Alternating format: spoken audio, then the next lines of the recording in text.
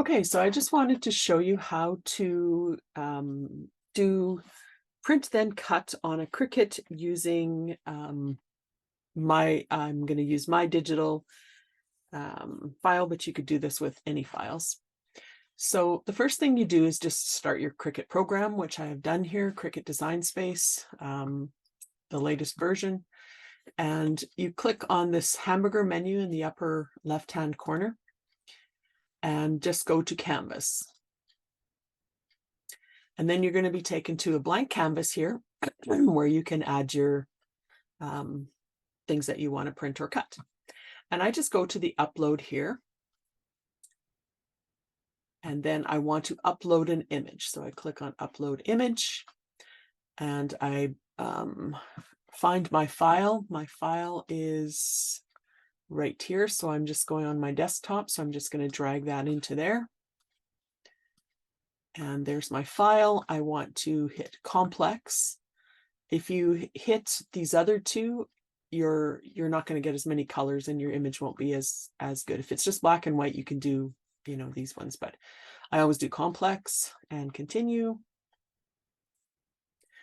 And then if you need to clean it up, you can clean it up. This one is ready for you to go. It's in a PNG format. The background is already transparent. You can tell by those blue lines. If you kind of zoom it up, you can see the checkerboard pattern there. And this particular digital, as you'll see, I put black lines around everything, a thin black line.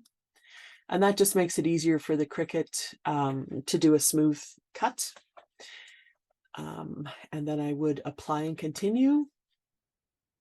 And then it asks you if you just want to cut it out here, or if you want to print then cut, and I would want the print then cut. Here you could call it a name. I'm going to say paper doll, journal, cards. I guess that's good. And I'm going to say here maybe scripture labels. You don't have to do, you can do whatever you want there. And then upload. And this just takes a minute to upload. Okay, and then once it's uploaded, it will be in your, the first one in your list here. I have several that I have uploaded. I'll just click on that one, and you can see here that it puts it like it's going to add to your canvas, and you can click add to canvas. And now we have the print then cut image that is on my canvas. And even though I make it in the right size for Cricut, I'm not sure why, it always brings it in a little bit larger. So you want to click on the image, just make the image selected. You can see the selecting bars, boxes here, and then go up to the size. And the maximum size for Cricut print then cut, I think the newer machines you can make a little bit bigger, but I have one of the older machines, so mine is 6.75. I make sure this lock button is on, and then I check to see what it shows here. It'll automatically just adjust this one based on the proportions here. If this one is greater than 9.25, then I have to adjust this one down to 9.25. But in this case, this one is good, 6.75 by whatever it decides. And there you have the image. Then I would just click make it up here.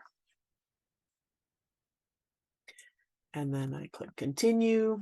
Now I first want to send it to the printer. So I'm going to click send to printer. There's my printer here. I don't want to add bleed. Bleed adds just a little extra color past here. Sometimes it's good for certain images. I have, like I said, I outlined these in black for you, so you don't need that. I always say use system dialog, and then I click print. And you can see here, it says after clicking print, confirm paper size collected on your, never mind that part. It says here, hint, your computer print dialog may appear behind Design Space app. So when I hit print, it'll look like it's doing this forever and ever. But if I go to this, I'm on a Mac, so I would shrink this screen, and here's my print dialog. It's behind the print then cut. So then just all the printers are different, but I just like to do a quality print on all of mine.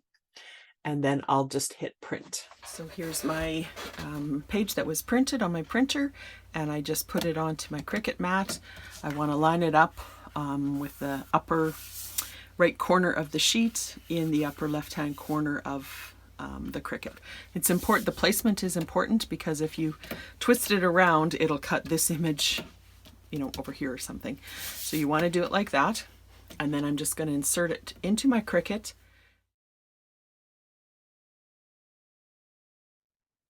Okay, then once it's printed, you can just click continue. Then I select what material I have. This time I'm using about an 80-pound cardstock, so I'm just going to select that. Then I would load my mat, and then I would press go on the Cricut machine, and it will scan and cut out my images for me. So here I have my Cricut mat. I just peeled off the excess. And the way that I usually try to do this is I just bend this. You don't want to bend it too much because it will break. But if you just bend it, usually you'll get these images, these little pieces of cardstock will kind of separate from the mat a little bit, and then I just pull them up. I find that to be the easiest way. If some are really stuck, I use my spatula, but I really like to just do this. It seems to work better for me. And there we have all the images cut out, easy peasy. This is my version of fussy cutting. So I'm just going to do a part 2 for this, putting together the journal cards. I just wanted to do this one separately for those of you who had a Cricut. So if you're wanting to make the journal cards, then go on to part 2. I'll link that below, and we'll show you how to make the journal cards.